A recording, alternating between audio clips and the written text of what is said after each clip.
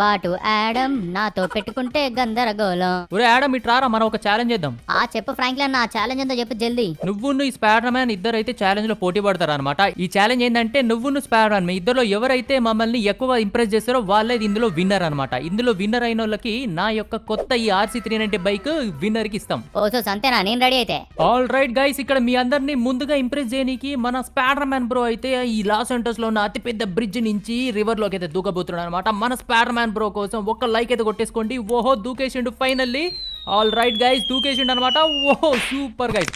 మన ఈ spider man చేసిన ఈ స్టంట్ కి మీరు ఇంప్రెస్ అయినారో లేదా అనేది తప్పకుండా కామెంట్ చేయండి. మీరు కామెంట్ ఎక్కువ చేస్తే ఈ స్పైడర్ మ్యాన్ విజేత అనమాట. ఓకే వావ్ గైస్, మన స్పైడర్ మ్యాన్ బ్రో అద్దరు కొట్టేశాడు అనమాట. నేనైతే ఇంప్రెస్ అయిపోయినా. 99 100 గైస్, మీ అందరిని ఇంప్రెస్ చేయడానికి నేను ఎక్కడికి వచ్చినా చూస్తారా, చూడగలుగుతారా మీరు? చూడండి అయితే, ఇప్పుడు చూడండి యాడమ్ బాబాయ్ ఎక్కడ జిమ్ చేస్తుండో. ఓకేనా, 3 2 1 లెట్స్ గో రివీల్.